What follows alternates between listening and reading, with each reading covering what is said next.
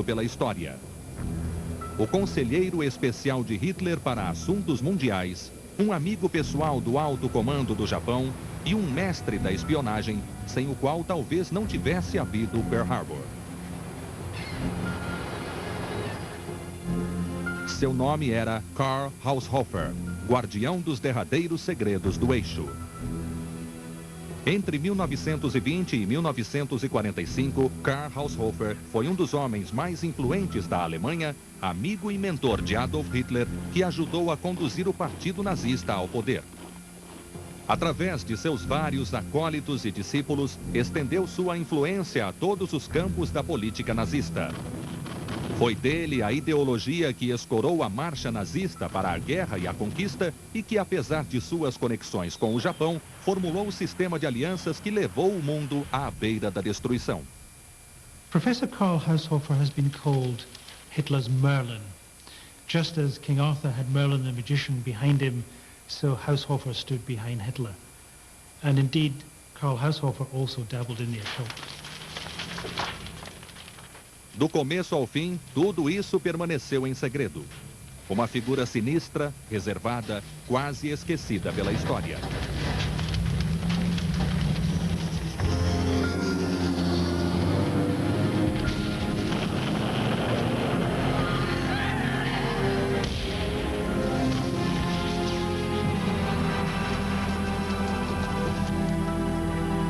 Os últimos segredos do eixo. Karl Haushofer nasceu em Munique, na Bavária, em 27 de agosto de 1869. Era um alemão nacionalista passional, tornando-se um soldado de carreira e um militar. Sua atenção aos detalhes o levou rapidamente ao posto de general alemão. Em outubro de 1908, entretanto, aconteceu algo que mudou a vida de Haushofer e a história do século XX. O exército alemão mandou Haushofer para Tóquio para estudar as estratégias militares japonesas. Essa atribuição marcou o início de uma história de amor com o Oriente. Haushofer viajou por todo o Extremo Oriente, acrescentando coreano, japonês e chinês ao seu grande repertório linguístico de russo, francês e inglês. No Japão, Haushofer conheceu pessoalmente o imperador e começou a desenvolver um forte interesse pela cultura japonesa militar e nacionalista.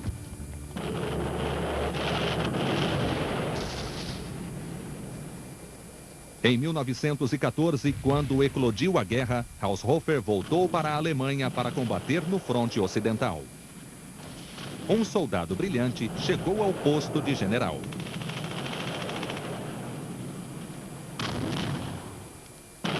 Mas a Alemanha iria ser derrotada na Grande Guerra. E depois da Primeira Guerra Mundial, o Tratado de Versalhes impôs uma paz selvagem à Alemanha. It must be remembered that the victorious Allies blamed Germany for the war. The peace that the Allies imposed was savage. German overseas territories were taken away. The army was restricted to 100,000 men. There was no air force. And the reparations imposed on Germany practically brought the economy to its knees. A Inglaterra controlava então a África, a Índia e o Oriente Médio. Os Estados Unidos dominavam a América do Sul e o Pacífico. Entre eles, as potências marítimas anglo-saxônicas controlavam o petróleo e as rotas mundiais de comércio. A Alemanha e a Eurásia estavam isoladas. Karl Haushofer se aposentou do exército como um homem amargo. Como muitos outros oficiais, sentia que a Alemanha não tinha sido derrotada apenas pela Inglaterra e pelos Estados Unidos, mas pela traição dos comunistas e judeus. Enquanto colegas soldados como Hitler estavam desempregados e sem dinheiro, a experiência de Haushofer com o Japão lhe garantiu o cargo de professor de geografia na Universidade de Munique em 1919. Foi então que começou a delinear o renascimento do poderio militar alemão.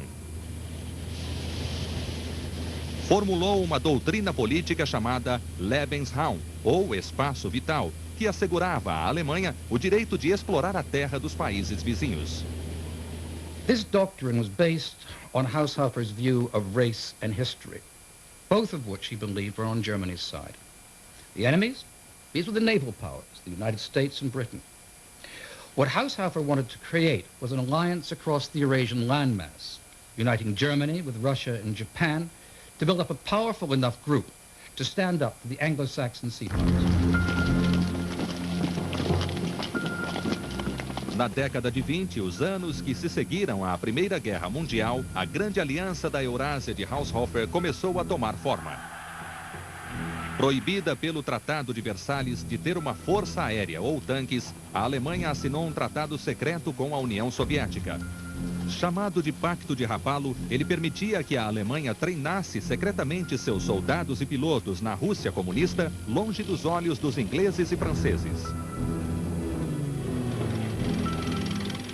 Designers de aviões alemães, proibidos pelo Tratado de Versalhes de construírem aviões em casa, foram enviados clandestinamente para produzir aviões para os japoneses. Foram aviões assim que futuramente atacariam Pearl Harbor.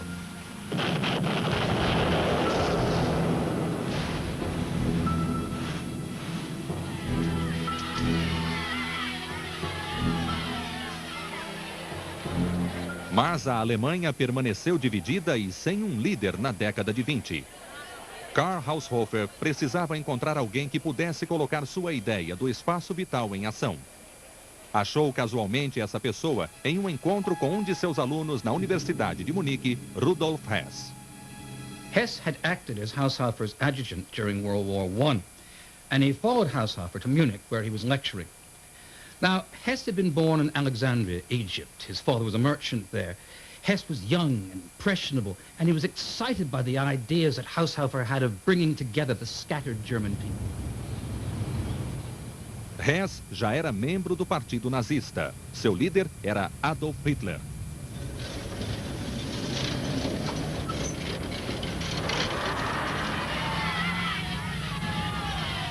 Em 1923, Hitler e seu pequeno grupo de nazistas tentaram dar um golpe na Bavária. Foram facilmente derrotados. Hitler e Hess foram presos na famosa fortaleza Landsberg. Em Landsberg, Hitler começou a redigir seu plano para a dominação nazista do mundo. Ele o chamou de Mein Kampf, Minha Luta. Mas quem escreveu realmente Mein Kampf?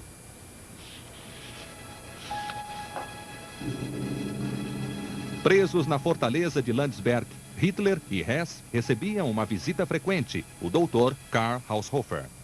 When Hess was participating in the Beerholt Putsch, he took hostages. And after the failure of the putsch, he released the hostages, but he was then hid by Professor Karl Haushofer in his Munich flat, and he then escaped. He rejoined Hitler in Landsberg prison, where he became Hitler's secretary and took down Mein Kampf. While he was in Landsberg prison, which was a relatively gentle prison, as prisons go, he was visited by General Professor Karl Haushofer, and through Hess, Karl Haushofer was introduced to Hitler, and Hitler was interested in his ideas on geopolitics and the case for more Lebensraum, and through Hess, some of Karl Haushofer's ideas were transmitted into Mein Kampf. É possível até que Haushofer tenha escrito ou editado partes do livro. Mein Kampf se tornou um best-seller e transformou Hitler de um desordeiro de rua em um político sério com apoio das massas. Enquanto o prestígio do partido nazista crescia, crescia também o de Haushofer e o de Hess. Quando Hess se casou, duas testemunhas assinaram o registro de casamento, Adolf Hitler e Karl Haushofer. Haushofer became the respectable face, the intellectual face of Nazism during the 20s and 30s. Hitler relied very heavily on his international contacts. Ribbentrop at the foreign ministry relied very heavily on his diplomatic knowledge. And also Albrecht, Haushofer's son, became second in command at the German Foreign Office. Albrecht Haushofer foi um dos homens mais brilhantes a servir os nazistas, mas, diferente de seu pai, iria reconhecer rapidamente o intento brutal e maligno subjacente à sua ideologia. Albrecht Haushofer was a key special advisor and their expert on Britain. He was regarded by many of them as an Anglophile because he very much liked Britain. And indeed, earlier on, he had the dilemma as to whether he should emigrate to Britain when the Nazis came to power. But he did not wish to imperil his half-Jewish mother. So he supped with the devil, but in supping with the devil you need a long spoon, and Albrecht's spoon was not long enough. Em janeiro de 1937, Hitler anunciou que estava rejeitando as cláusulas do Tratado de Versalhes. E em março de 1938, invadiu a Áustria e a transformou em província do Terceiro Reich. Muitos austríacos que falavam alemão receberam Hitler de braços abertos. Mas seu ingresso na Áustria tinha sido preparado em segredo. Um corpo especial nazista, chamado Associação para os Alemães no Exterior, foi estabelecido para organizar os alemães fora do Reich. A associação simulava ser uma agência cultural internacional que unia os alemães dispersos no exterior. Em vez disso, na Áustria, na Tchecoslováquia, na Polônia e em outros países da Europa, ela agiu como uma quinta coluna nazista, recrutando agentes, fomentando agitação e conclamando a reunificação com a pátria.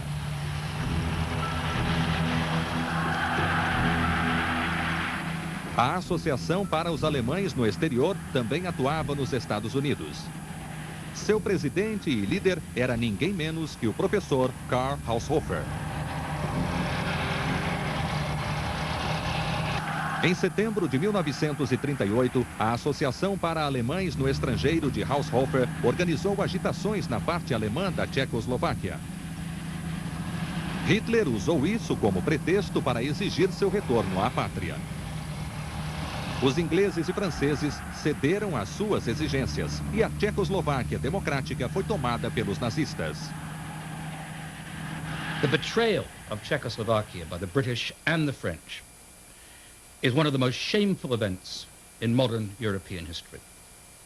The Czechs weren't consulted, and the very appeasement of Hitler, which was designed to hold off the war that everyone dreaded, did exactly the opposite. Hitler now thought the Western democracies, the French and the British, were pushovers, that they would fold whenever he made a demand.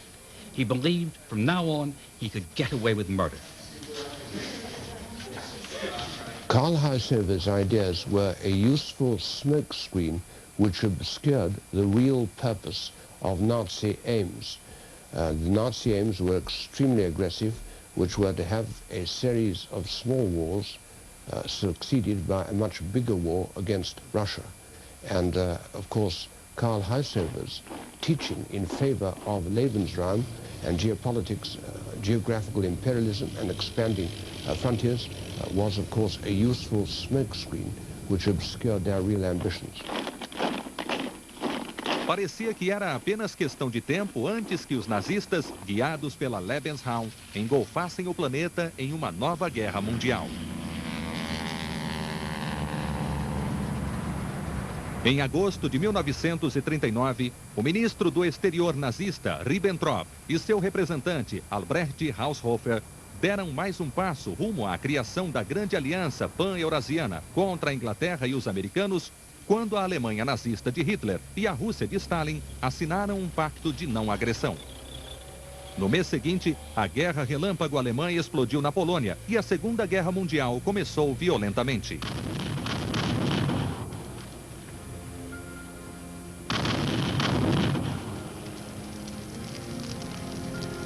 Mas existe um outro lado mais obscuro de Karl Haushofer. Ele era chamado de o Merlin de Hitler, uma figura sinistra e sombria, imersa no oculto, cuja influência iria moldar as doutrinas centrais do nazismo de sangue e raça. Você está assistindo A Máquina do Tempo. A Máquina do Tempo. Durante sua estada no Oriente, Karl Haushofer, um gênio em idiomas, descobriu e traduziu muitos dos textos religiosos antigos, tibetanos, hindus e budistas. Foi onde descobriu antigas crenças secretas e os símbolos hindus da raça ariana, que Hitler e os nazistas iriam adotar depois. You have to remember that the carnage and death of the First World War had led many people to doubt Christianity, so that even intellectuals like Karl Haushofer began to look for comfort elsewhere in the old pagan religions of pre-Christian Germany. Haushofer descobriu mais uma coisa no Oriente. O esquema de partidos políticos ocidentais não existia na Ásia. Em vez deles, os japoneses criaram sociedades secretas com objetivos ultranacionalistas, unidas por juramentos e rituais. Os Dragões Negros eram uma sociedade ultranacionalista fundada por Ryohei Uchida em 1901.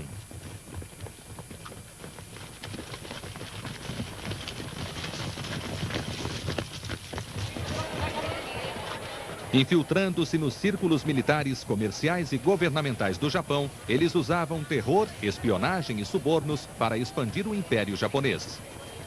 The Black Dragons were probably amongst the most powerful of the secret societies and sects that were operating in Japan at the time. They were financed largely through their control of the Chinese opium trade.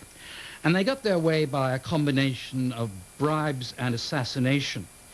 Now, the Japanese government didn't mind them. They tolerated them for a number of reasons. One is they were ultra-nationalists. And also, very importantly, they could help further Japan's imperial ambitions. Como os nazistas, os Dragões Negros eram motivados pela expansão militar e ideias de espaço vital. Em 1910, a Coreia foi anexada e depois Shandong, uma região da China.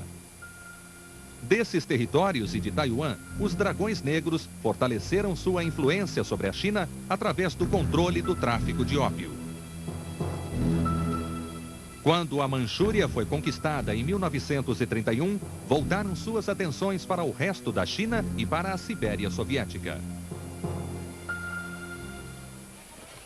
Na Alemanha, Karl Haushofer ajudou a criar sociedades secretas como a dos Dragões Negros. Ajudou a fundar o Luminous Lodge, cujo objetivo era explorar as origens da raça ariana e também era intimamente ligado à mais importante das sociedades secretas, a Thule Society. The Thule Society was the most important of all the occult secret societies in Germany at the time, because it was very influential with the extreme right-wing nationalist politicians. And the Thule Society, of course, adopted the swastika and the other Aryan symbols long before the Nazis did. Thule era uma ilha legendária no norte, semelhante à Atlântida, supostamente o centro de uma civilização nobre perdida, guardada por seres altamente inteligentes que ajudariam a criar uma raça de super-homens arianos que governariam o mundo.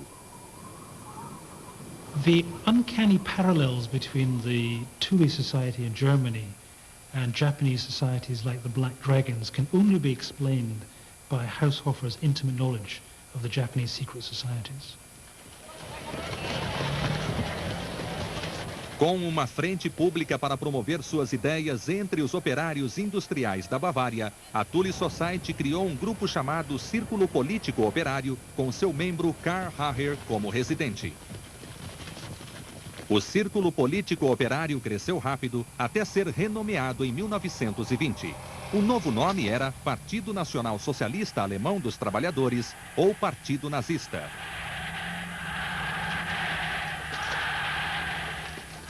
Um ex-cabo é enviado pelo Serviço Secreto do Exército para se infiltrar entre os nazistas. Seu nome é Adolf Hitler. Em pouco tempo, havia se tornado seu líder incontestável.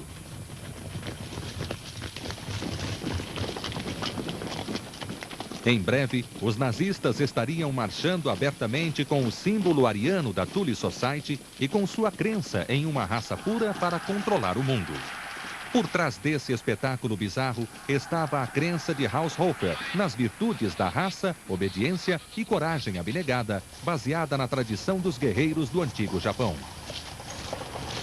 Por mais de 800 anos, os guerreiros samurais desenvolveram um código de lealdade absoluta ao imperador e de sacrifício sem hesitação. Isso era chamado de Bushido, ou tradição guerreira.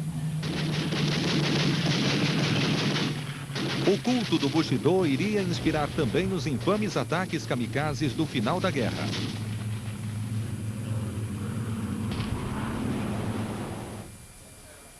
Haushofer formulou uma teoria de que o guerreiro Bushido era muito semelhante ao espírito místico teutônico do nacional-socialismo. Ele via os soldados das tropas nazistas como samurais alemães. Haushofer saw the Japanese as the Aryans of the East. And he managed to convince Hitler, the supreme racist, that the Japanese and the Germans could therefore become allies because they shared common Aryan attitudes. Em 1931, Hitler estava exultante com o sucesso da invasão japonesa na China. A Liga das Nações não interviu. Hitler sabia então que podia romper o Tratado de Versalhes. Em abril de 1934, um ano depois de Hitler subir ao poder, o adido da Marinha Japonesa na Alemanha vai a uma reunião secreta com o representante de Hitler, Rudolf Hess. A reunião aconteceu na casa de Karl Haushofer, em Munique. Seu resultado iria mudar a história do século XX. That 1934 meeting, 8 years before Pearl Harbor, in Karl Haushofer's house, was the start, really, of the Axis Pact. Rudolf Hess, Haushofer, and the Japanese naval attaché began the process of creating the alliance between Germany and Japan. Em março de 1941, o ministro do exterior do Japão, Yosuke Matsuoka, amigo e defensor de Haushofer, coloca a peça final no lugar.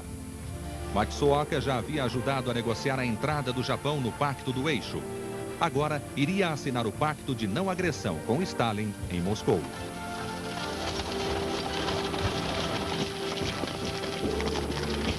Seria essa a estrutura da grande aliança pan-eurasiana de Karl Haushofer? Uma superpotência sem limites de recursos e soldados, com o suporte da tecnologia italiana e japonesa e guiada pelo desejo insaciável de conquista?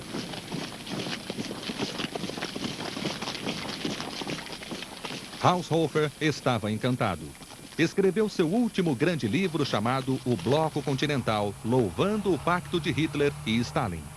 Agora estava tudo pronto para derrotar os anglo-saxões.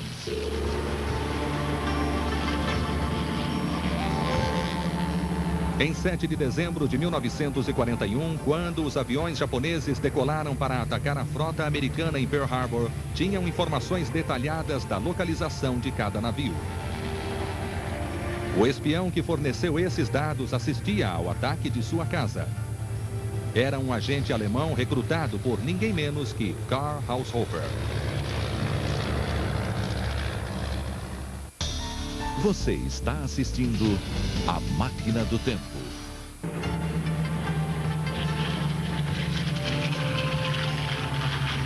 Em 7 de dezembro de 1941, os japoneses iniciaram sua guerra pela conquista com um ataque surpresa à frota americana no Pacífico.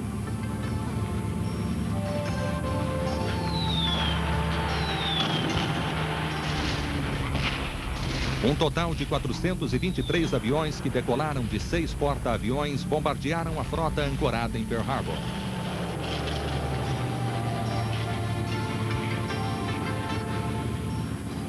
Quase 200 aviões americanos também foram destruídos, a maior parte deles em terra. Os japoneses tinham informações detalhadas do posicionamento da frota e da localização das maiores instalações portuárias, depósitos de armas e bases aéreas. Essas informações tinham vindo de um mestre alemão da espionagem chamado Bernhard Julius Otto Kuhn. Kuhn had served as an officer in the Imperial German Navy during the First World War. Like many others, when Germany was defeated, he felt the country had been betrayed, and he very soon joined the Nazi Party. Kuhn era amigo de Heinrich Himmler, cruel policial, e de Joseph Goebbels, chefe propagandista de Hitler. Conheceu também Karl Haushofer, que o apresentou aos japoneses. Haushofer's university department at the University of Munich, his Geopolitics Institute, was actually a front for recruiting spies for the German Secret Service. Haushofer handpicked the people he thought could be useful as spies, either for the German diplomatic service or for the Abwehr.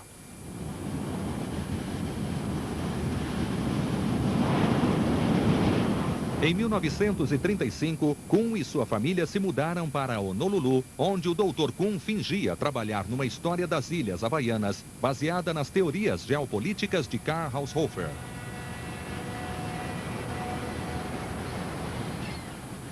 Kuhn alugou uma casa com vista para Pearl Harbor, de onde podia supervisionar a atividade naval usando binóculos. Detalhes foram passados ao cônsul japonês Otojiro Okuda. 6 dias antes do ataque, Kuhn visitou o consulado do Japão com um mapa de Pearl Harbor, no qual estava assinalada a localização dos principais navios americanos. No amanhecer de 7 de dezembro de 1941, Bernard Kuhn ficou na janela de sua casa com um holofote, pronto para sinalizar ao consulado japonês as informações sobre o ataque.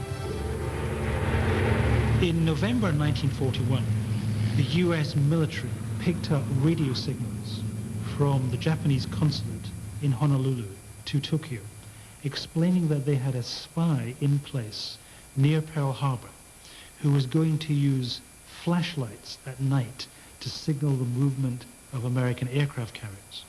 Bizarrely, the FBI did nothing about it, though they thought the man involved might be Bernard Kuhn. Well, after Pearl Harbor, of course, Kuhn was arrested, and all the implements of his spying trade were found. Kuhn was put on trial by a secret US military court and sentenced to be shot. Now, when the American government discovered this, they got rather frightened because the military courts had actually no right to try civilians in the United States. And Roosevelt got very worried that if they shot Mr. Kuhn, then there would be retaliation against American civilians being held by the Germans. So in the end, Kuhn was thrown into Fort Leavenworth jail to do hard labor. And at the end of the war, the Americans deported him off to Argentina in 1948. So in fact, he got away with it. Apesar de Bernard Kuhn ter sido desmascarado como espião do eixo, as identidades de outros espiões e contatos diplomáticos recrutados por Karl Haushofer e por seu filho Albrecht permaneceram desconhecidas. Em 1935, Albrecht visitou 6 vezes a Inglaterra, onde fez contatos com a aristocracia inglesa. Em 1937, visitou os Estados Unidos. Os dois Haushofer continuaram a manter elos com as sociedades secretas do Japão, particularmente com os Dragões Negros.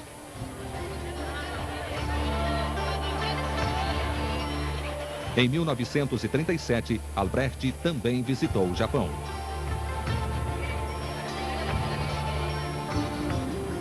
Os Dragões Negros eram bastante organizados entre a população japonesa no Brasil, no Peru e nos próprios Estados Unidos.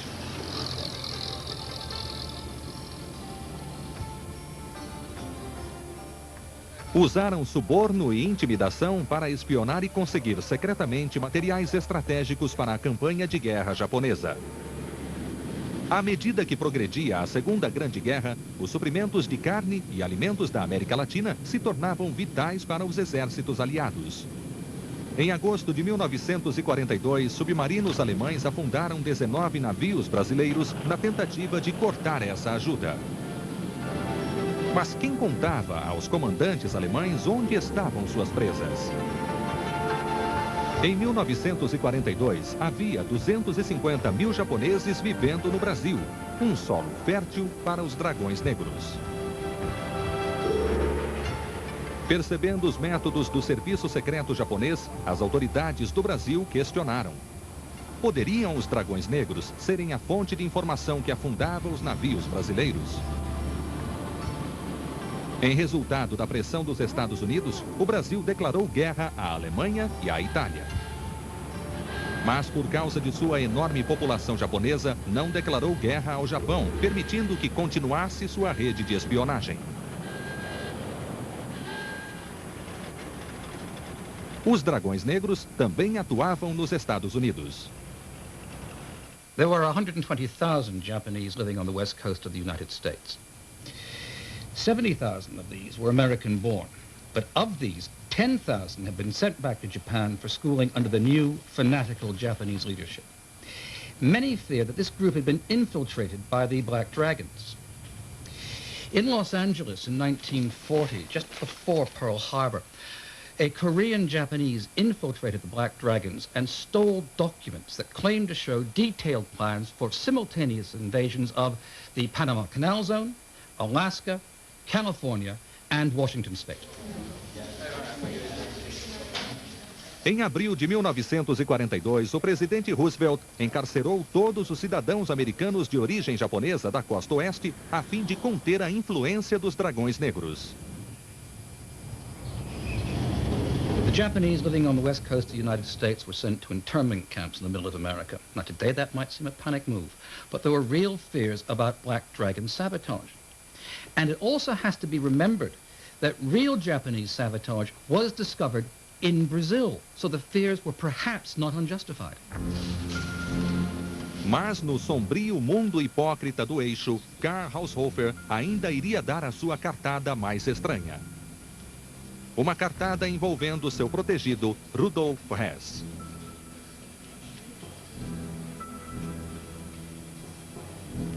Em 22 de junho de 1941, no seu aniversário de 52 anos, Adolf Hitler invadiu a Rússia. Seu ódio pelo comunismo e pela raça eslava e judia triunfou sobre a razão, assim como sobre todos os planos de Haushofer de uma aliança pan-eurasiana.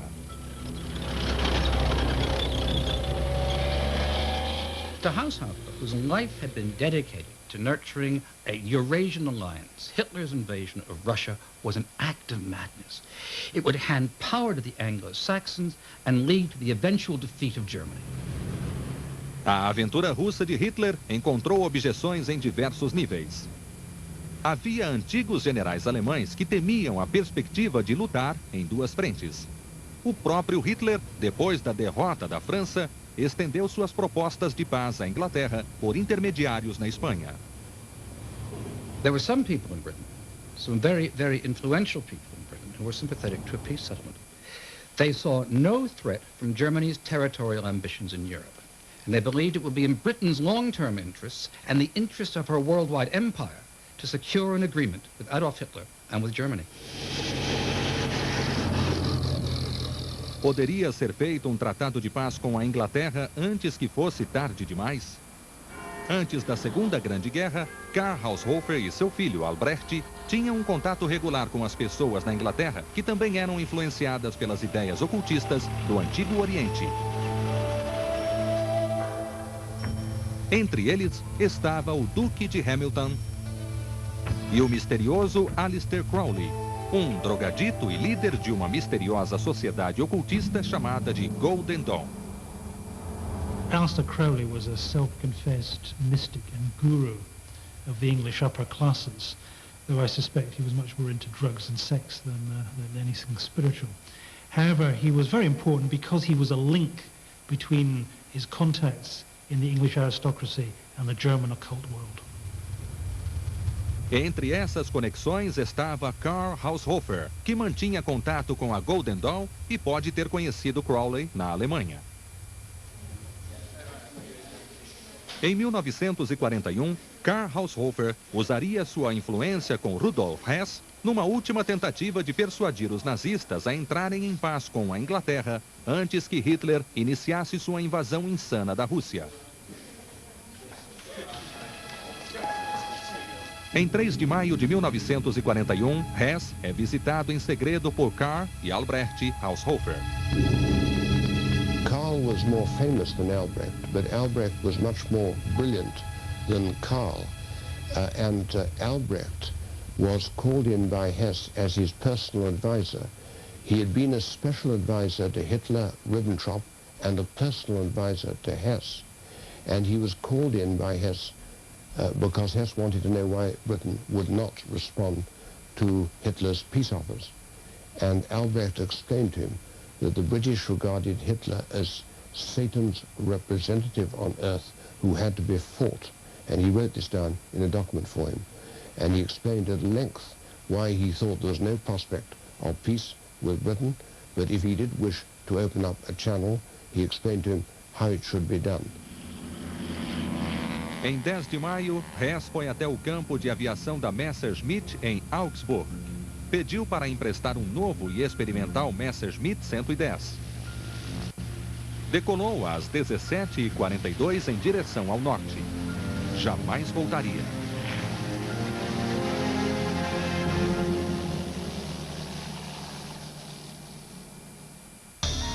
Você está assistindo A Máquina do Tempo.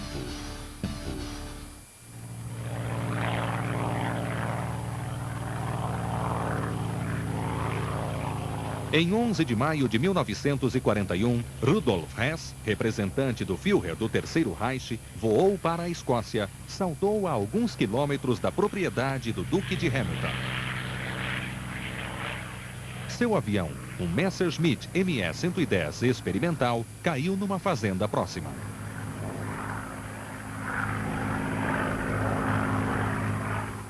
The flight of Rudolf Hess to Britain was an incredible feat. He flew alone, he flew through heavily defended airspace, and he made a pinpoint parachuting into a field very near from the house of the Duke of Hamilton, whom he'd come to visit. It should be explained that Hess came on the same evening that the House of Commons was bombed. So it could not have been a worse time for a peace mission. But the next morning, that was the 11th of May, my father went through with the interrogating officer, and Hess asked to see him alone, and he said, I don't know whether you know who I am, but I am Rudolf Hess, Deputy Führer of Germany, and I know Hitler's mind so well, I can tell you exactly what his peace terms are, although this is a personal, unauthorized mission. And he then explained that Hitler wanted to offer Britain a free hand in the empire, provided only that Germany should have a free hand in Europe and the East. A viagem de Rudolf Hess à Inglaterra agitou o mundo durante alguns dias. Então, ele desapareceu misteriosamente durante 4 anos. Hitler, atônito, recebeu as notícias do voo de Hess e explodiu em fúria. Não queria que Churchill ou Stalin pensassem que a liderança nazista estava dividida ou enfraquecida. Denunciou Hess publicamente como um homem louco. Todas as pessoas ligadas a Hess estavam então em perigo. Winston Churchill mantinha Hess em um local secreto. Espantosamente, nenhum filme de Hess no cativeiro jamais circulou na mídia, apesar de seu valor de propaganda política. Por que Churchill nunca submeteu Hess a julgamento e nem fez propaganda política com a sua chegada? Churchill was totally opposed to dealing with Hess or making any peace agreement with Hitler. What Churchill wanted to do was to bring the United States into the war and defeat Germany. You must remember that Churchill's mother was an American, and he had an old and close personal relationship with President Roosevelt. Em 1941, a Inglaterra estava sozinha. Tinha visto seus aliados caírem um a um sob a ditadura nazista. Primeiro a Polônia, depois a Noruega, a França, os Países Baixos e a Grécia. Durante quase um ano, sofreu golpes impiedosos da Luftwaffe. Muitos acreditavam que os Estados Unidos eram a chave para a sobrevivência da Inglaterra. Sem o apoio americano, seria derrotada. Mas havia alguns na Inglaterra que queriam a paz com Hitler porque temiam que os Estados Unidos a forçassem a desistir de seu império colonial em troca de apoio. Churchill não podia deixar que ficassem perto de Hess.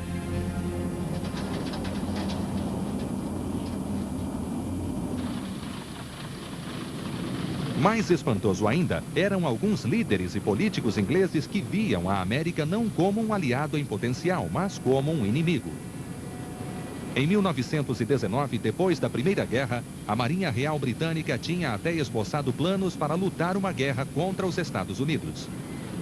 E havia um alemão que sabia desses planos, Klaus Haushofer. Em 1908, Klaus Haushofer estava indo da Alemanha para o Japão. Viajando através da Índia, Haushofer conheceu o soldado inglês mais importante, Lord Kitchener. E Kitchener disse ao jovem Haushofer algo que ele jamais esqueceria. Kitchener prophesied that if Germany and Britain went to war, they would be ruined. And as a result, the United States would become the dominant power in the world. Haushofer began to watch the United States more and more closely. And as the power of the United States grew, he became more and more convinced that Kitchener was correct. Mas havia um americano que estava de olho em Haushofer e que se alarmou com seus esquemas de dominação mundial.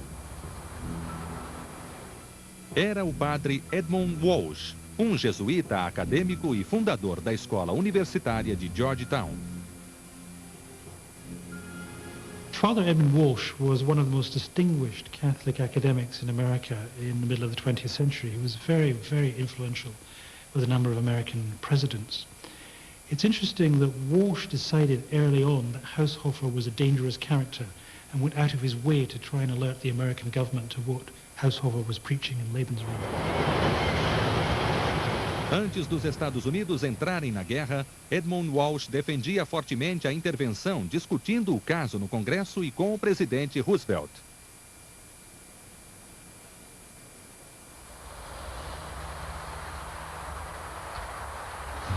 Mas na primavera de 1941, os Estados Unidos ainda não estavam na guerra.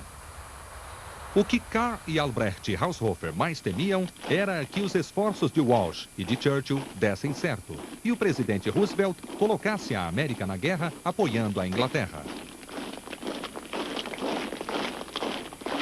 Se a Alemanha travasse um combate mortal com a Rússia, a intervenção americana poderia ser decisiva.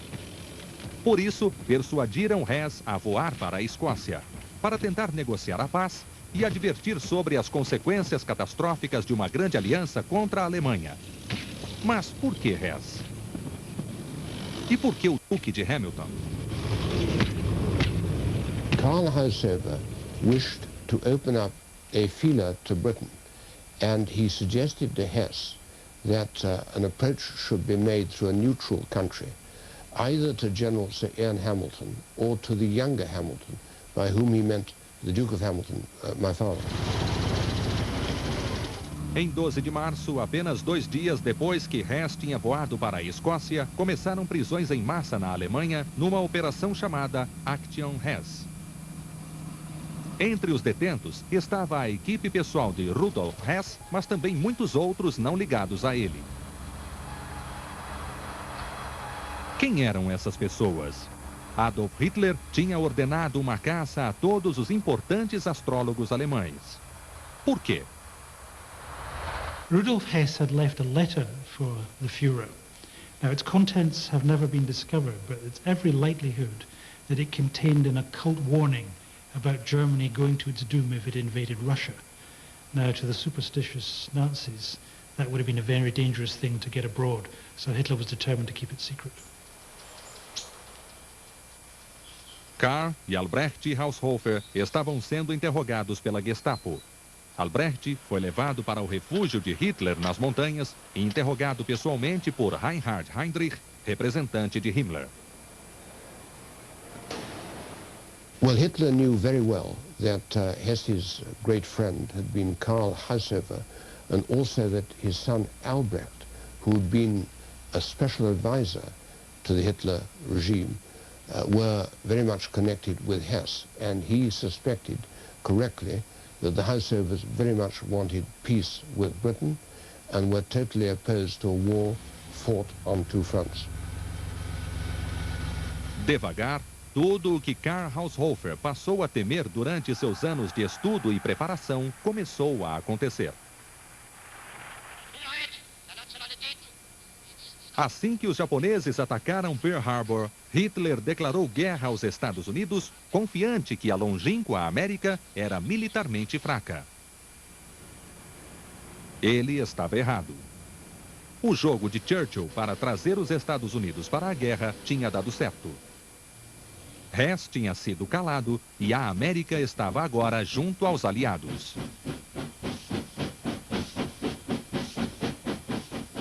Armas para derrotar Hitler e o Japão jorraram imediatamente das fábricas americanas. A Inglaterra se tornou logo um porta-aviões insuperável para bombardear as cidades alemãs.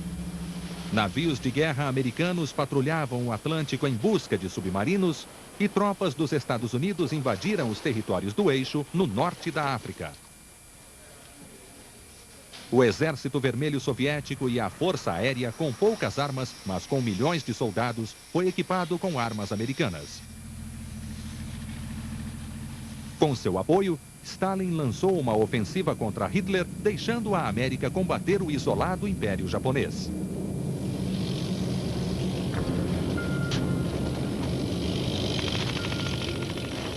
Batalha de Stalingrado, novembro de 1942. Nela, Hitler iria sofrer sua primeira grande derrota. A cidade tinha sido uma fortaleza de czares e era conhecida como o Portão da Ásia. Numa tentativa de cortar as linhas de suprimento da Rússia para o sul e de adentrar a estepe asiática, Hitler recrutou 500 mil homens para capturar a cidade, a nata das forças alemãs no Oriente. Durante 3 meses, a maré cinza se move pelas ruas e ruínas de Stalingrado. Os russos recuam para uma cabeça de ponte rasa. O inverno chega e, com ele, uma mudança nos rumos da guerra. Ataques soviéticos emergem em todas as frentes.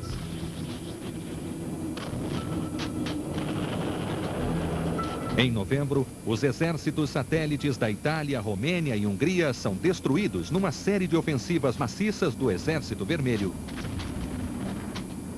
E no fim de janeiro de 1943, todo o exército alemão tinha sido tragado pelo redemoinho. Para a Itália, foi um golpe mortal, e para a Aliança do Eixo, foi o começo do fim. Parecia que a profecia de destruição de Haushofer estava se cumprindo. Stalingrad was a catastrophe. Germany lost 20 divisions, more than 250,000 men. It was also a major strategic disaster. Allies began to melt away. A few months after, Italy surrendered. After Stalingrad, there was no real prospect of a German victory.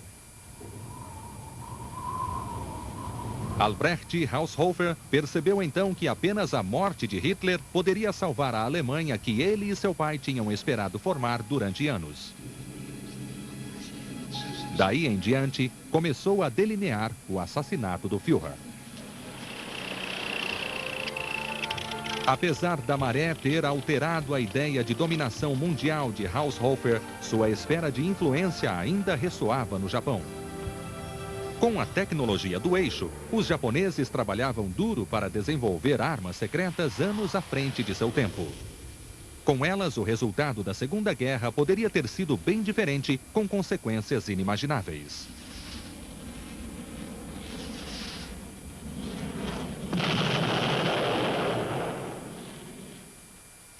Você está assistindo A Máquina do Tempo.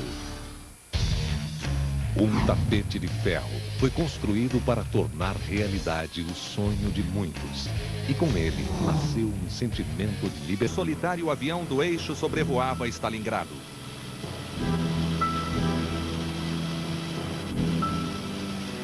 A aeronave, um SM-82 trimotor italiano, levava uma carga secreta. Ele não ia para Berlim nem para Roma, no oeste, mas para o leste, sobre a Rússia de Stalin. Por milhares de quilômetros, cruzou o território soviético hostil. Seu destino era a Manchúria japonesa. O avião estava levando para os japoneses projetos de motores a jato italianos. Everyone forgets that the Italians were really far advanced in jet technology at the beginning of the war. The Japanese felt if they had that technology, they could create planes that could shoot down the B-29s that were about to arrive. And when the Japanese got that technology, they managed to build aircraft that were even more advanced than the Germans. Apesar da maioria desses aviões nunca ter voado, um deles, desenvolvido pelos japoneses com a ajuda da tecnologia italiana, decolou de Stalingrado. Foi o Oka, ou Cherry Blossom, um avião propelido a foguetes lançado de um outro maior.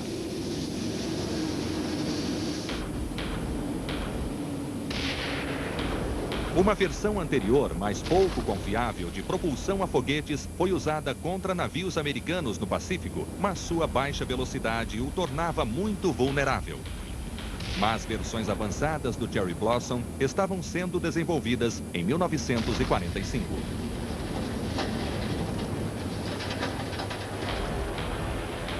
"50 Okas, usando motor a jato italiano, estavam sendo fabricados quando a guerra acabou.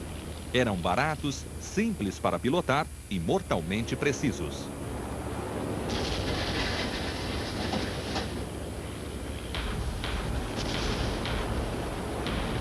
Enquanto o Japão lutava para construir seus aviões a jato e a foguete, a Alemanha já caminhava rumo à derrota. Em 1944, o Exército Vermelho vencia as legiões de Hitler em todas as frentes.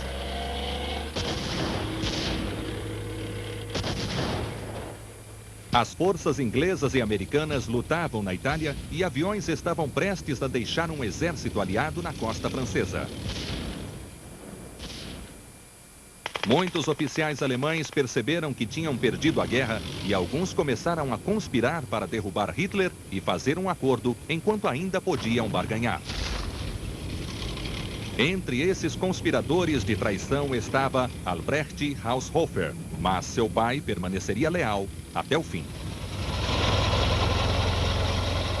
Karl supported his country, whether right or wrong. His patriotism was of an extreme kind, and he would never have acted against his own country. He was very angry with his son Albrecht for having associated with the German resistance to Hitler, because he believed that had imperiled the rest of the family. Diante da derrota, a Alemanha e o Japão se voltaram para a criação de armas maravilhosas. Aviões como o primeiro caça a jato operacional do mundo, o Messerschmitt Me-262. O Japão também planejava construir uma versão do Me-262. Iria se chamar Karyu, ou Fire Dragon. The Fire Dragon would have flown at 200 miles an hour faster than any American fighter, faster than a Mustang, faster than a Thunderbolt, faster than a Lightning. Nothing would have caught it. O Japão também tinha uma versão do incrível Messerschmitt Me-163. Era chamado Shusui, nome do golpe mortal dado pela espada de um samurai. Propelido por motor a foguetes, o Shusui podia subir em apenas 2 minutos e meio para alcançar um B-29 a 8.000 metros. Voava a 800 km por hora e era equipado com 2 canhões 30 milímetros.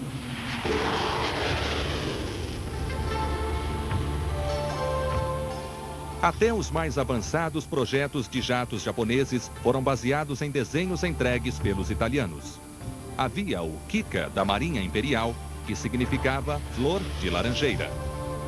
Como o Oka, o Kika foi projetado para atacar navios na esperada invasão americana.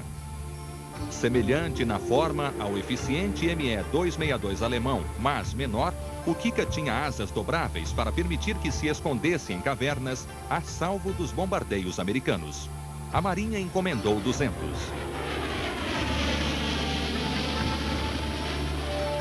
O mais incrível de todos era o jato interceptor Kyushu J-7W Shinden.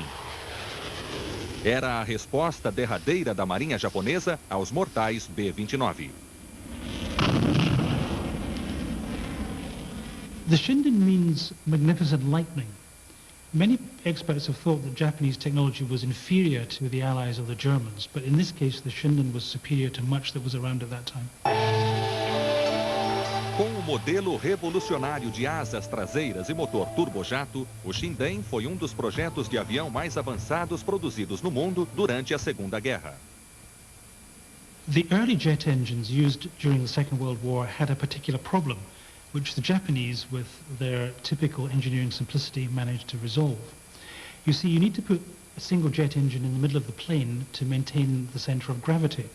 If you do that, the hot gases that exhaust out the end of the jet engine have a bad habit of melting the aircraft unless you have the right metal alloys. Para evitar esse problema, os primeiros motores a jato eram projetados em pares, um debaixo de cada asa, tornando o avião pesado demais. O Shinden superou esse problema montando o motor na cauda e revertendo a configuração aerodinâmica normal, colocando as asas na traseira e equilibrando o avião com as superfícies de controle na frente. Esse formato revolucionário é chamado de Canard Wing. Esse posicionamento inovador das asas foi testado num planador em 1943. O projeto da sua versão para caças se iniciou em junho de 1944, quando a ameaça dos primeiros ataques de B-29 se tornaram reais. O primeiro protótipo, propelido por um motor convencional, ficou pronto em 10 meses. O primeiro voo teste foi em 3 de agosto de 1945. Em combate, a versão a jato do Shinden seria equipado com 4 canhões 30 mm ou mísseis aéreos. In World War II, the Americans lost only 148 B-29s from enemy action. But if the Japanese had managed to deploy aircraft like the Shindens, they'd have lost hundreds more. Protótipos do Shinden foram descobertos pelo exército americano depois da rendição do Japão. Foram levados para os Estados Unidos, onde os estudaram rigorosamente. O último deles ainda pode ser encontrado no Museu Nacional Aéreo Espacial, em Washington.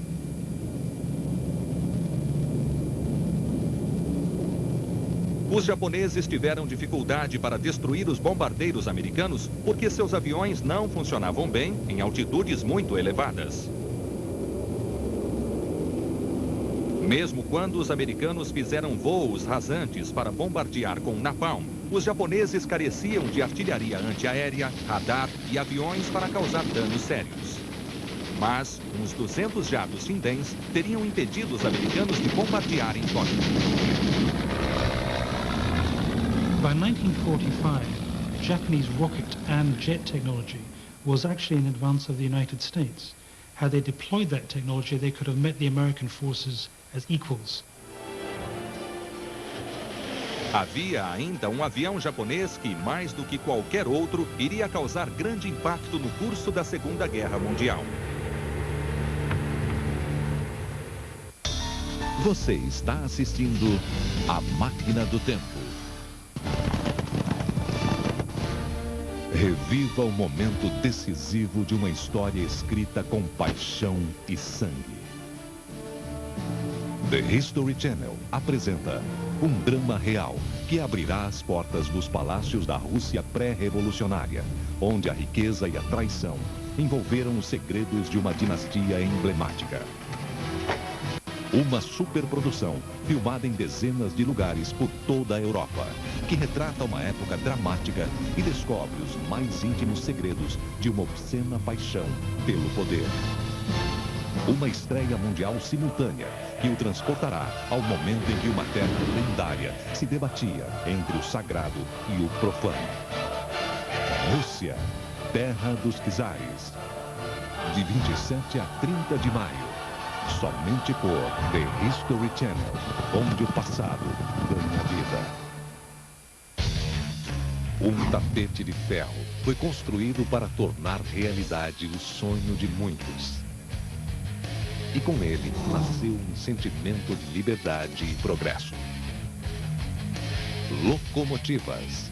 Amanhã, em A História em Movimento. somente por The History Channel, onde o passado ganha vida.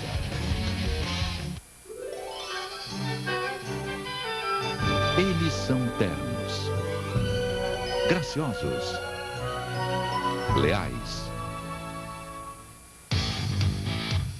E em seu tempo livre nos defenderam. Nos levaram à vitória. Foram nossos mensageiros e nossos soldados.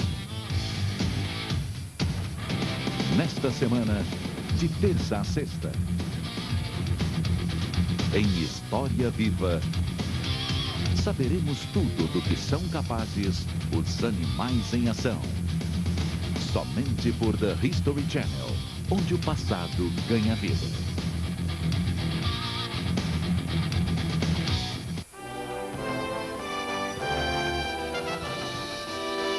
No México, 200 anos antes de Cristo, os arquitetos de Teotihuacan desenvolviam edifícios de apartamentos residenciais. No Egito, o farol da Alexandria de 134 metros de altura transformava-se numa das 7 maravilhas do mundo. Em Olímpia, os gregos construíram o grande estádio que serviria de sede dos Jogos Olímpicos. Este é The History Channel. Voltamos a apresentar A Máquina do Tempo. Apesar dos japoneses estarem em processo de desenvolver diversos aviões usando tecnologia altamente avançada, seu projeto mais secreto de aviação era um revolucionário bombardeiro intercontinental desenhado para atacar cidades americanas decolando de bases no Japão.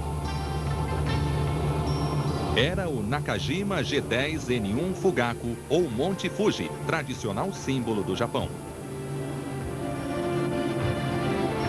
O Fugaku era para ser propelido por 6 motores Nakajima KK-11, cada um gerando 5.000 HPs.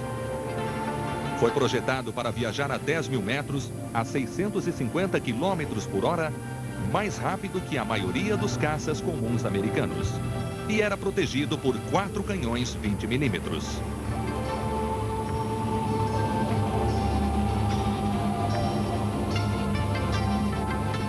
Onde o Japão podia arranjar tecnologia para construir um bombardeiro tão grande quanto o Fugaku? A resposta nos remete a Carl Haushofer e à Sociedade dos Dragões Negros. Durante os anos 30, empresários japoneses, muitos deles ligados aos reservados Dragões Negros, operavam nos Estados Unidos. Utilizando fundos gerados pelo tráfico do ópio na China, os japoneses compraram tecnologia americana, inclusive aviões, por vias legais. Em 1938, a Marinha Japonesa Imperial usou uma companhia de fachada para comprar os projetos para fabricar o Douglas DC-3. A Black Dragon front company operating in the United States called the Mitsui Company actually managed to buy the entire plans for the Douglas DC-3 for a mere $90,000. Em 1939, os japoneses compraram outro avião de transporte, o protótipo do DC-4E. Finalmente, tinham acesso ao avião mais avançado de 4 motores e longa distância que a América podia produzir. From the DC-4 and the DC-4 plans, the Japanese were able to build a prototype long-range bomber called the Shinzan, which actually means mountain valley. It wasn't a terribly good aircraft when they actually got it built. It was underpowered, but it did give them the technology in order to build the Fugaku bomber later on in the war. The Japanese also bought other US aircraft technology, the Lockheed LO, the North American N-16, Seversky fighters, Douglas flying boats. This way, the secrets of US aircraft technology were actually embodied in the Japanese fighting machine that America faced during the Pacific War.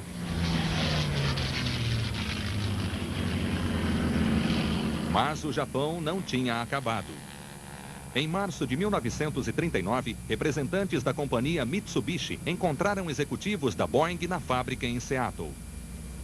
Discutiram a compra dos projetos para o Boeing B-17 Flying Fortress.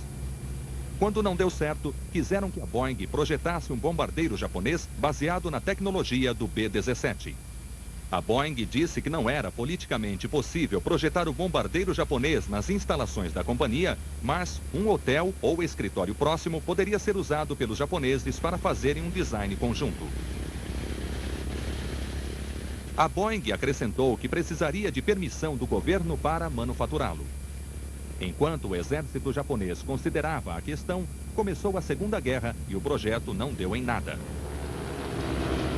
It was through its commercial contacts that the Japanese were able to build up their bomber technology. In fact, the Fugaku betrays its origins in the DC-4 and even the B-17. But the Japanese had taken this technology a generation forward. They were now building an intercontinental bomber.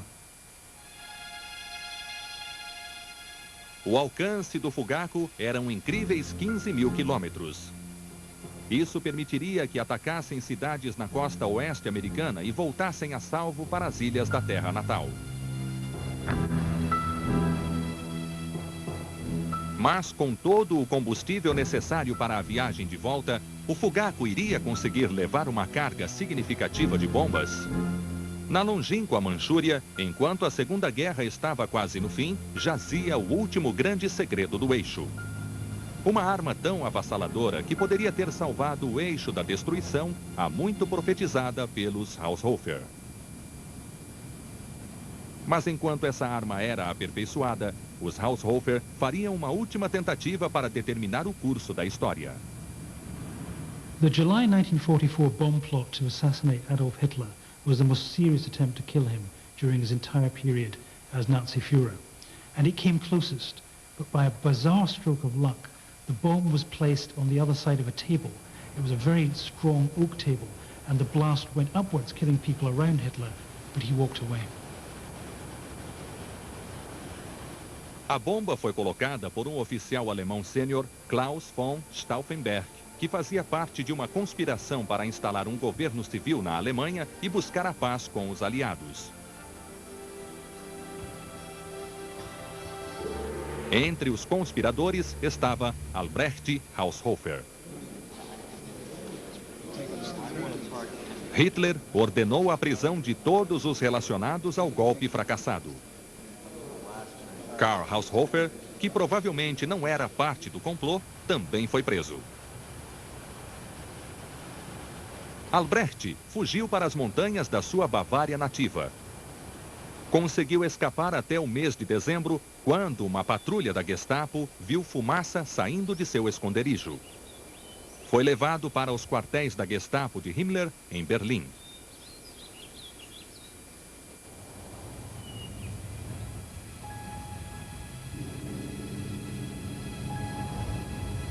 A maioria dos que conspiraram contra a vida de Hitler em julho foram enforcados com corda de piano. Mas não os Haushofer. Eles continuaram na prisão. Por quê? By the end of 1944, Heinrich Himmler realized the war was going to be lost. He decided to keep both the Haushofers alive as negotiating tools with the Americans and the Allies in the West. Essentially, he wanted them to save his own skin. Apesar dos japoneses concluírem que a Alemanha estava acabada, o Japão ainda era militarmente forte. Tinha milhões de soldados na China. Tinha acumulado milhares de aviões para rechaçar uma invasão americana. E tinha novos aviões a jato e a foguete, anos à frente de seu tempo, prestes a serem produzidos. In order to buy time, the Japanese actually reverted to Haushofer's original plan for a grand Eurasian alliance of Germany, Japan, and Russia itself. First of all, they sent the Berlin ambassador Oshima to speak to Hitler and put this to him. But Hitler, by that time, was in his phase that he was going to go down fighting, so he refused. So then the Emperor Hirohito himself sent a former Japanese Prime Minister, Koki, to speak to the Russians and put to them that Japan and Russia should fight the Americans together. Se o Japão pudesse ganhar tempo impedindo que a Rússia o atacasse, então teria uma chance melhor de produzir novas armas como o Shinden e o Fugaku.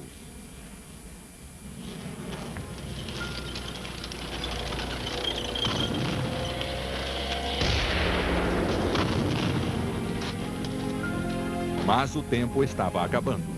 Em 30 de abril de 1945, os russos bombardearam o Reichstag. 7 dias depois, a Alemanha nazista se rendia em todas as frentes e começou a busca pelos homens que apoiavam o Reich.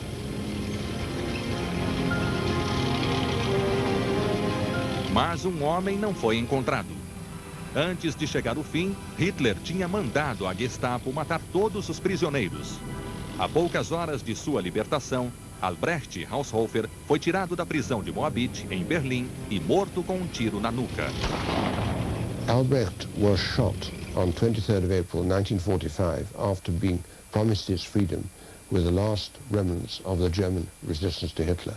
And when he was found, he had in his hand the sonnets of Moabit, and one of those sonnets was entitled Guilt. And in it he writes, "I'm not guilty as the judge thinks I'm guilty, but I'm guilty in another way.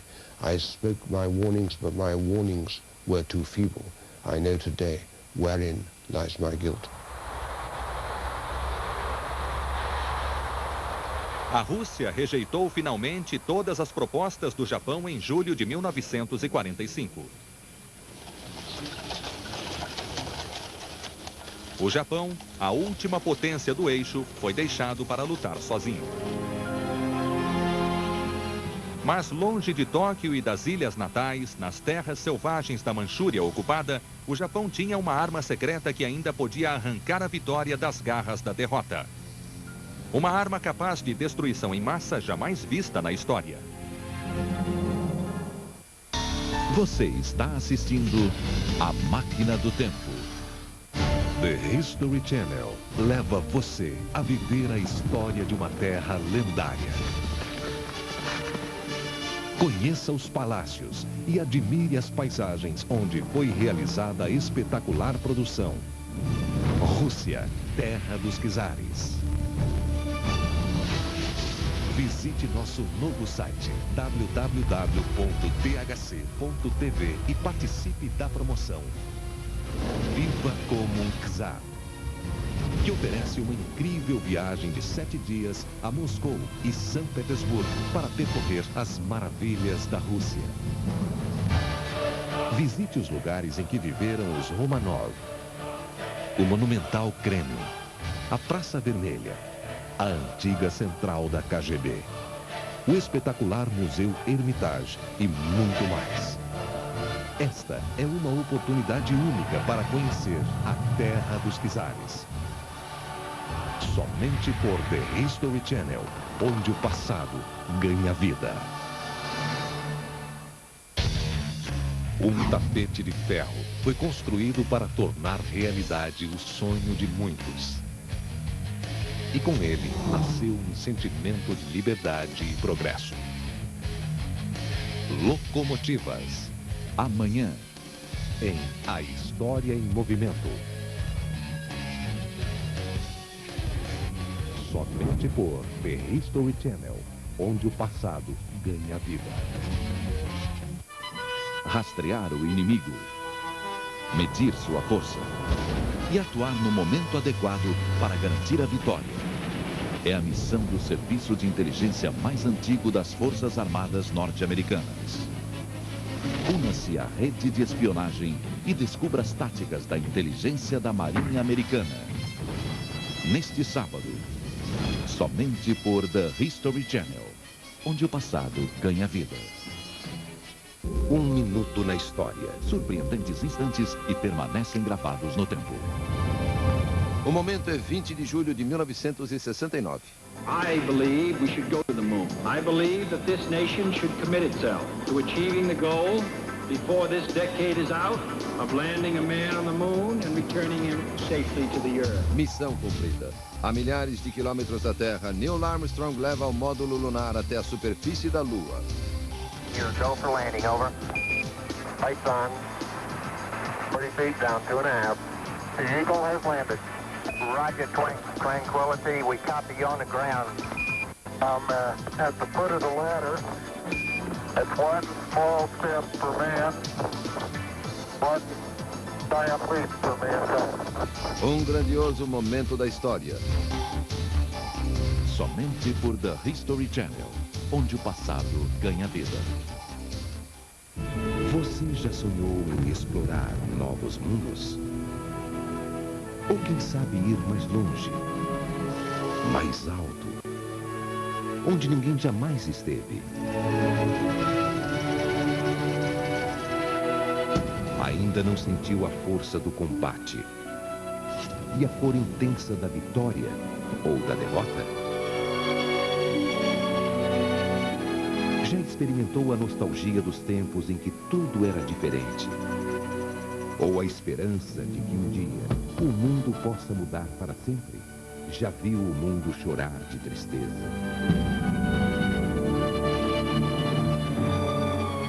E derramar lágrimas de alegria? A história é emoção. E a experiência de cada geração é sua. Somente por The History Channel, onde o passado ganha vida. Voltamos a apresentar A Máquina do Tempo.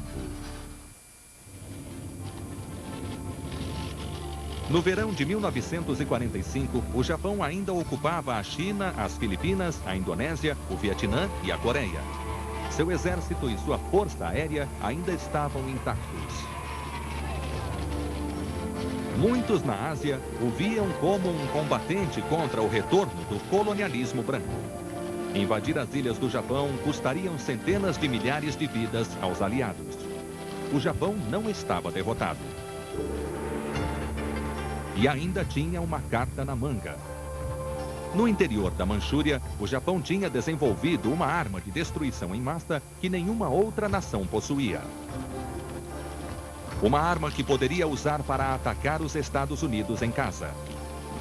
Essa arma tinha sido criada na Unidade 731, obra do soldado cientista General Shiro Ishii.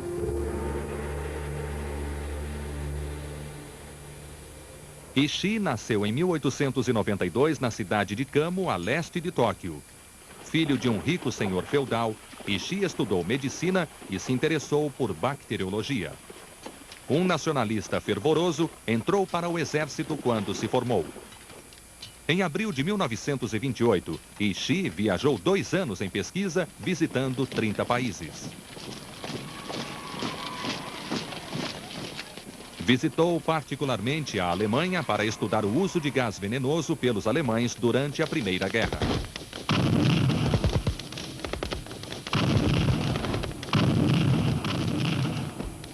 Muito provavelmente, a entrada de Shiro Ishii na reservada vida militar alemã desse período deve-se a contatos feitos por Karl Haushofer.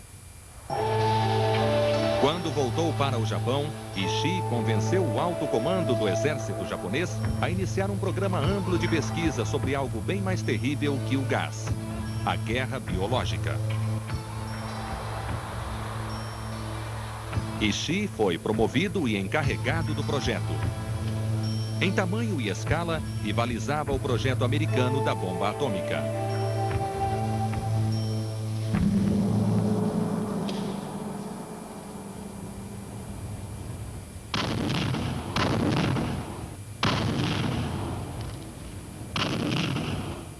Em 1931, os japoneses atacaram e roubaram da China o vasto país da Manchúria.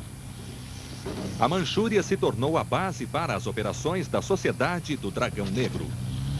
The Black Dragons financed much of industry and business in Manchuria with money laundered from their control of the Chinese opium trade.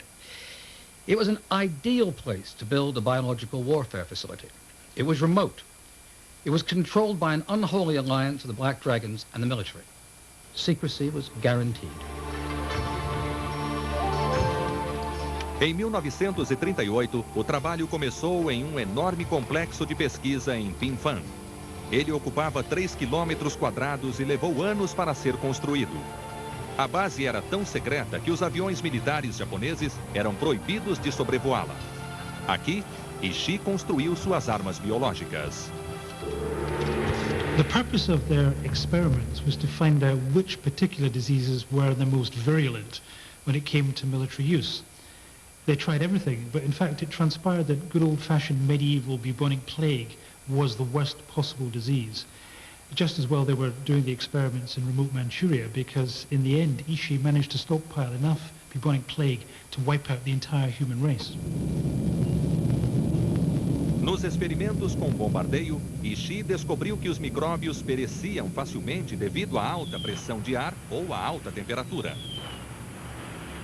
O que tornaria Shiro Ishii infame foi a solução que encontrou para o problema.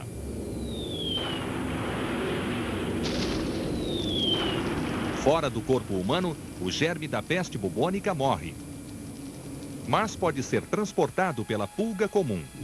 Uma picada de pulga pode transferir 24.000 micróbios para um ser humano. Mas como enviar pulgas?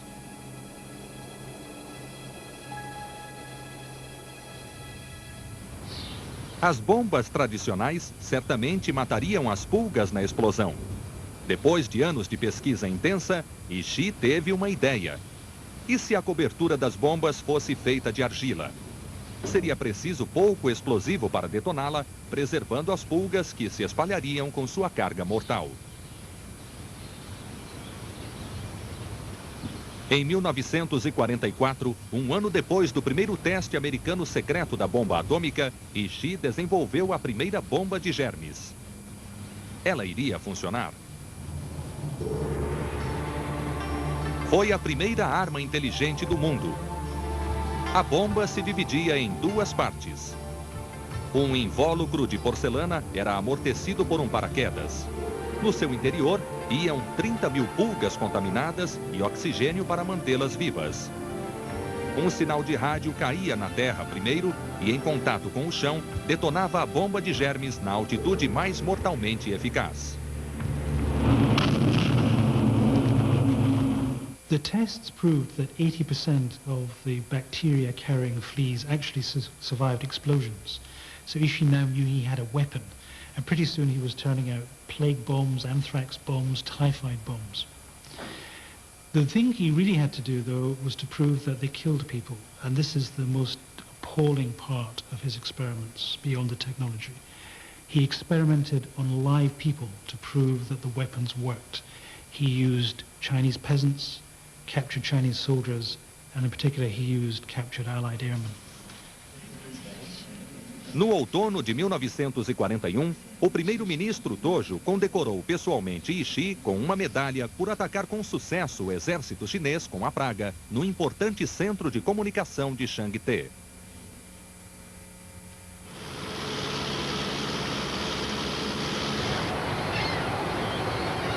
Em 18 de abril de 1942, os Estados Unidos queriam se vingar de Pearl Harbor. O porta-aviões Hornet lançou 16 bombardeiros B-25 para o primeiro ataque americano em solo japonês, liderado pelo coronel James Doolittle. Os alvos eram Tóquio, Kobe, Nagoya e Osaka.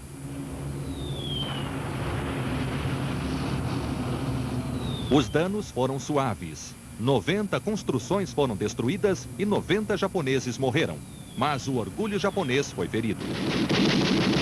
The Japanese initially retaliated by attacking those parts of China, the Chekiang region, where Doolittle's bombers had landed. But this was just the prelude to a more sinister plot which Hiroishi had sought out. The Japanese would pretend to retreat. The Chinese would then probably advance. But the Japanese would cede the ground over which the Chinese would advance with deadly biological weapons. Desmembramentos das equipes da Unidade 731 contaminaram reservatórios, rios e poços com germes da cólera, disenteria, tifo e antrax.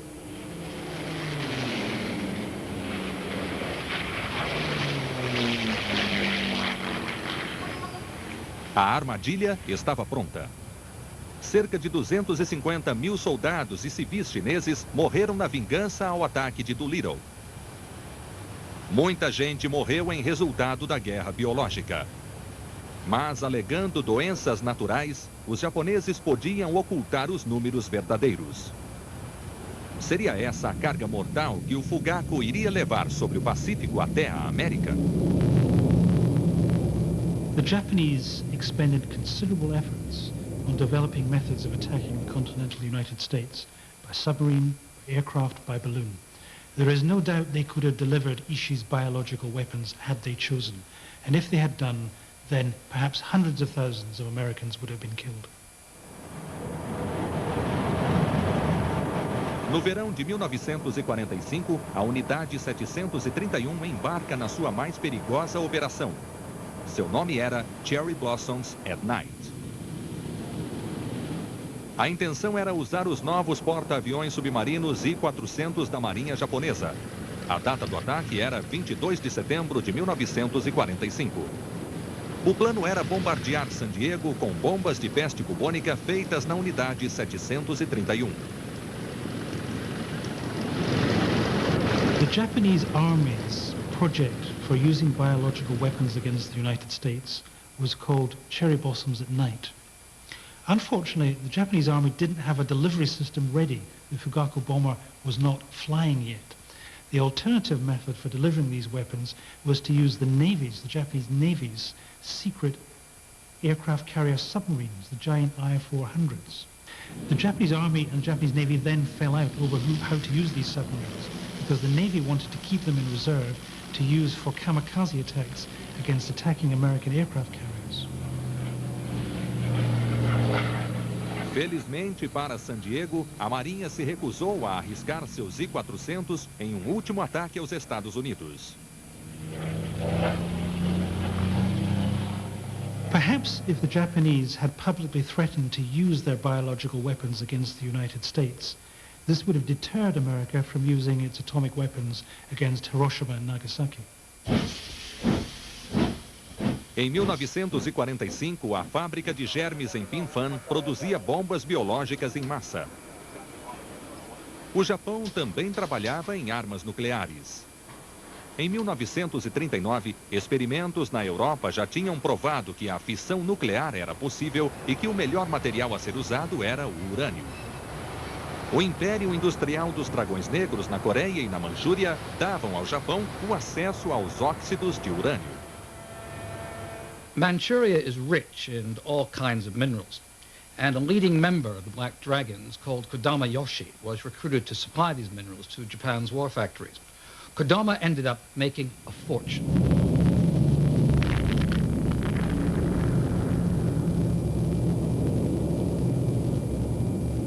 Uma bomba atômica americana finalmente pôs fim à Segunda Guerra Mundial. Enquanto os aliados foram em frente com o Projeto Manhattan, os japoneses já tinham decidido em 1943 que a bomba atômica era teoricamente possível. Mas, talvez por estarem tão adiantados na guerra biológica, tenham achado que as armas nucleares levariam muito tempo para serem desenvolvidas. A pesquisa nuclear não era prioridade. Mas por que os japoneses nunca usaram suas armas biológicas secretas? After Hiroshima, senior Japanese military like Ishii realized the war was lost. Rather than use the biological weapons, Ishii decided that he could trade their secrets to the Americans for immunity. So Ishii and the staff at Unit 731 escaped prosecution after the war. In fact, Ishii himself became a senior advisor to the United States military on biological and chemical weapons. Em 7 de abril de 1987, o governo japonês admitiu finalmente a existência da Unidade 731.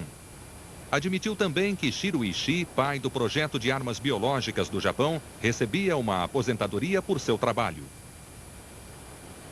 Ele morreu em outubro de 1959, com 67 anos. Mas as pragas de Shiro Ishii não morreram. Mesmo 60 anos depois, uma grande variedade da peste bubônica de Ishii ainda devasta partes da China. Hoje, os parentes das vítimas desses ataques ainda tentam conseguir uma indenização dos tribunais japoneses.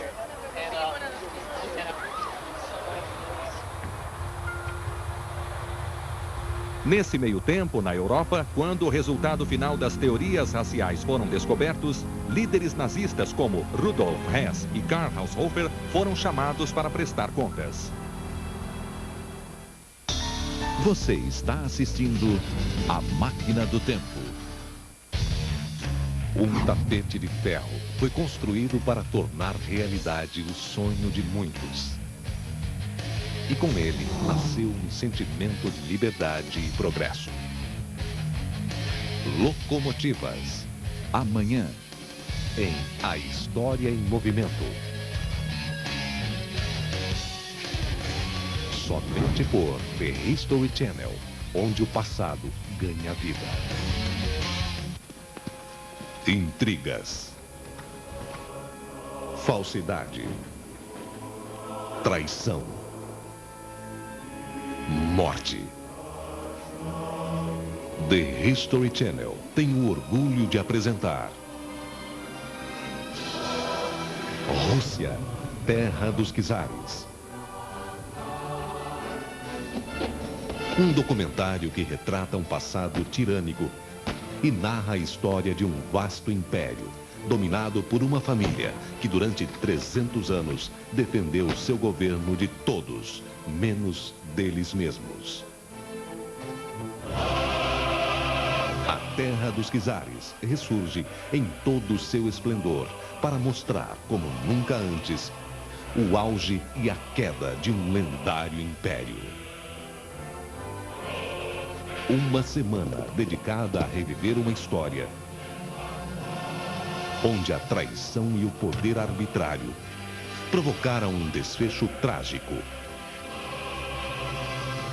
Rússia, terra dos czares.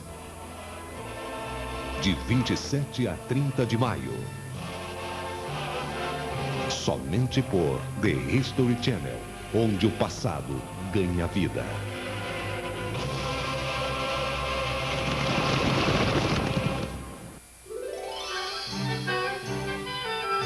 Eles são ternos, graciosos, leais.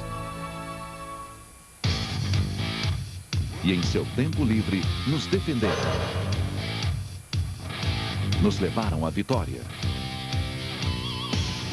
Foram nossos mensageiros e nossos soldados. Nesta semana, de terça a sexta, em História Viva, saberemos tudo do que são capazes os animais em ação. Somente por The History Channel, onde o passado ganha vida.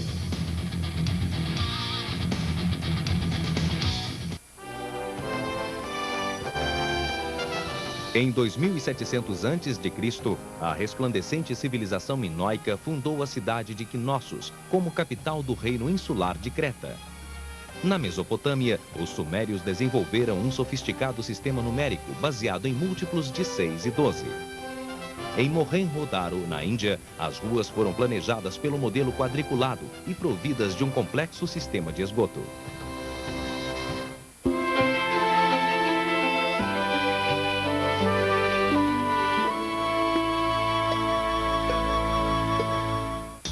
Voltamos a apresentar A Máquina do Tempo.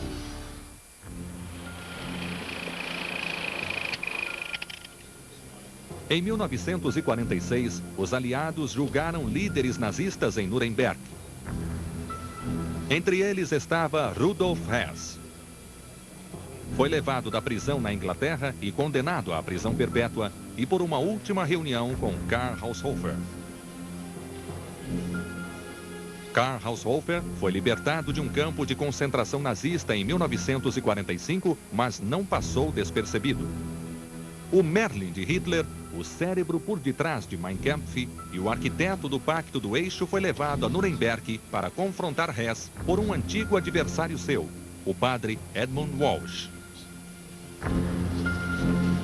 After the war, the Reverend Edmund Walsh saw Karl Haushofer on behalf of the American Armed Services.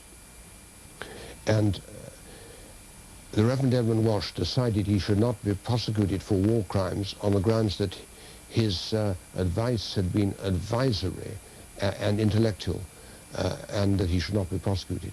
But he did take Haushofer to Nuremberg, and Haushofer was appalled to see the destruction of the whole city. And when he was taken to see Hess, Hess refused to recognize him, claiming amnesia. that he couldn't remember. The British later admitted that they had used mind-bending drugs, truth drugs, on Hess to try and get information out of him. It could well be that they affected his mental and physical stability. However, the Allies did think that Hess was bluffing, so they brought his old friend, Karl Haushofer, to see him, to see if that would jog his memory. Haushofer told Hess about the family, explained about Hess's wife and son, but Hess still claimed he couldn't remember Haushofer or anybody. Blefando ou não, Hess foi considerado culpado de crimes de guerra e foi condenado à prisão perpétua. Do banco dos réus, fez um extraordinário discurso. Estou feliz de saber que cumpri minha missão com o meu povo, minha missão como alemão, como nacional-socialista e como verdadeiro discípulo do Führer. Não me arrependo de nada.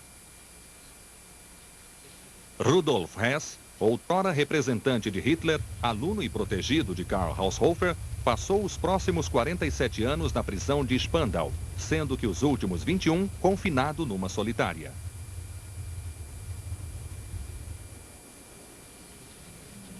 Outros nazistas proeminentes como Albert Speer, que foi o organizador do trabalho escravo em massa no Reich, foram posteriormente libertados.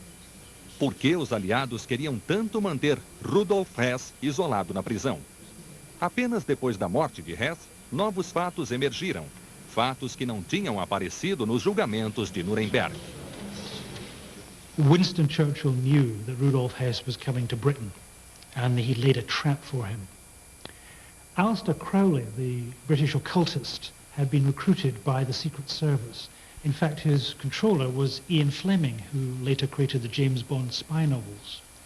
Now, Fleming got Crowley to invent spurious occult predictions about Germany being taken to its doom by Adolf Hitler, and these were used to demoralize Hess and other Nazis. Rudolf Hess, o último nazista, foi encontrado misteriosamente estrangulado na prisão de Spandau em agosto de 1987. Em sua lápide está escrito: "Eu arrisquei". Outros nazistas considerados culpados nos julgamentos de Nuremberg foram enforcados ou condenados a longo tempo na prisão. O amigo de Haushofer, o ministro alemão do exterior, Ribbentrop, foi enforcado. E Hermann Göring, que sucedeu Hess como representante de Hitler, se suicidou. O que aconteceu com Karl Haushofer? Em 1946, com 75 anos, Karl Haushofer e sua esposa cometeram suicídio. Sua esposa tomou veneno, mas ele tirou sua própria vida com o tradicional método japonês, se estripando com uma cortante espada curta de samurai numa cerimônia chamada seppuku. When Karl Haushofer returned on the Ides of March, he and his wife Martha committed suicide, and he left instructions behind that no marker should go on his grave. Por toda a extensão da Eurásia, o resultado final das teorias de geopolítica e de espaço vital de Haushofer era uma destruição e carnificina jamais vistas antes na história. O direito das nações fortes conquistarem e explorarem as terras de seus vizinhos mais fracos, combinadas a doutrinas espúrias de superioridade racial, tinham culminado em assassinato em massa e em genocídio.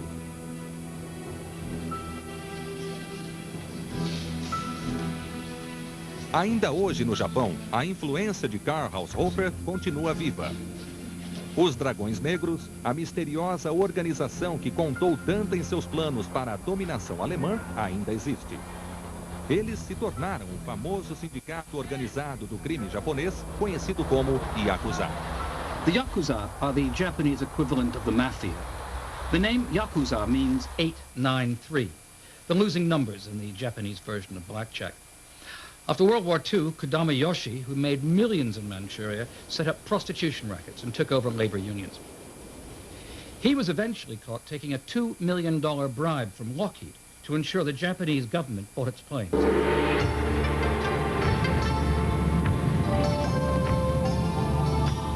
Os Os ideais dos dragões negros pereceram com os planos do eixo e do Japão para conquistas imperiais. Mas a história poderia ter sido diferente e a estranha aliança entre os dragões negros e Karl Haushofer poderia muito bem ter conduzido a uma vitória do eixo. Poderia ter existido o dia em que bombardeiros Fugaku cruzassem o Pacífico rumo a São Francisco carregando armas biológicas letais. When Adolf Hitler rejected Karl Haushofer's advice, he opened the way to Lord Kitchener's prophecy coming true and America becoming a world power, indeed the only world power today. If Haushofer had his way, the Axis would have won, and America today would probably be a German colony. Se os planos de Haushofer tivessem se concretizado, aviões do eixo como o notável Fugaku poderiam ter levado o vírus do espaço vital para a América.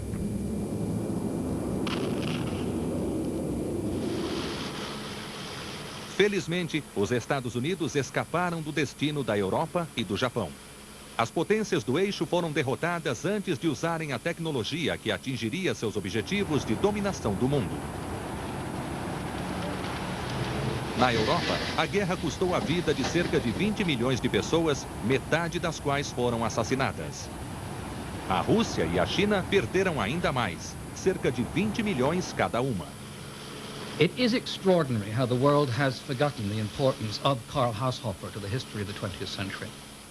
Without him, Hitler might never have captured the imagination of the German people. And there certainly would have been no Axis Pact and German-Japanese alliance. I doubt Japan would have attacked America without that alliance. Apesar de Karl Haushofer nunca ter sido julgado, ele mesmo reconheceu as consequências devastadoras de suas ideias. A Alemanha que ele tinha ajudado estava em ruínas e seu filho estava morto. Mas durante tudo isso, da ascensão de Hitler, à formação do eixo e da corrida para a conquista do mundo, a brilhante, ainda que maligna influência de Karl Haushofer esteve sempre presente.